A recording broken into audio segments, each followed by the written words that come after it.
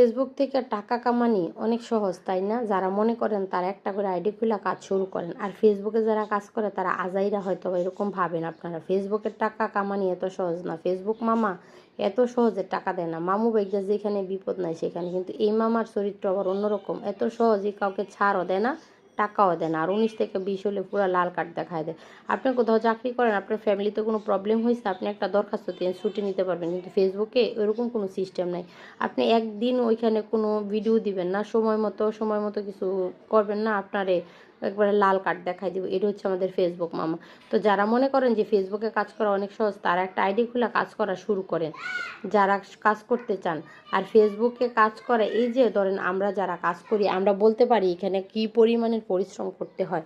আর ফেসবুকে কাজ করতে আইসা অনেকেই অনেক অল্প দিনেই বিরক্ত হয়ে চলে যায়। এর কারণ কি জানেন?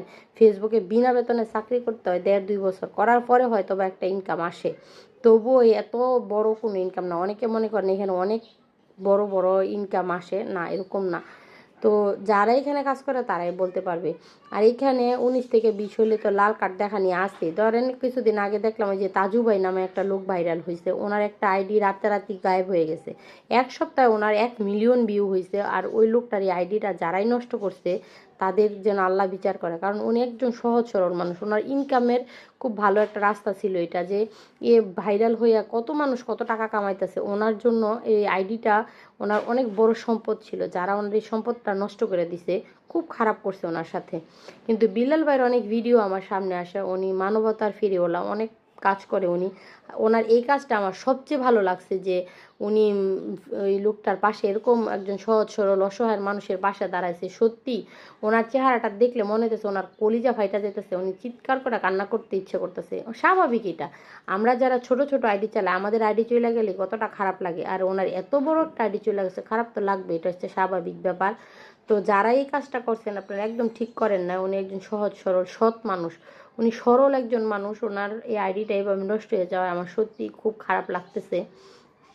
যারা এখানে কাজ করে তারা বলতে পারবে। তো ফেসবুকে কাজ করতে আইসা মানুষ কেন যেরকম গুলা করে, নিজের নামে আইডি খুললা কিছু করতে পারে না, ওনার নামে দেন হাজার হাজার আইডি খুললা বসে আছে। আরে বাপ, নিজের যোগ্যতা থাকলে নিজের যোগ্যতায় আগাস না, আরেকজনের নাম খুললা নাম বেচা কয়দিন চলবি? তো পরের হাঁটুতে বেল ভেঙে বেশি দিন খাওয়া যায় না, নিজের ঠ্যাঙে জোর না থাকলে পরের ঠ্যাং দিয়ে কয়দিন হাঁটবেন? তাই বলতেছি, যারা এগুলা করেন তারা এগুলা থেকে বেরিয়ে আসেন, নিজে কিছু করার চেষ্টা করেন। আমরা যারা ফেসবুকে কাজ করি, একটা ভিডিওতে ভয়েস দিতে গেলে বোঝা যায় যে কতবার ভয়েস দিই, কতবার কাটি, এটা যারা কাজ করে তারা জানে।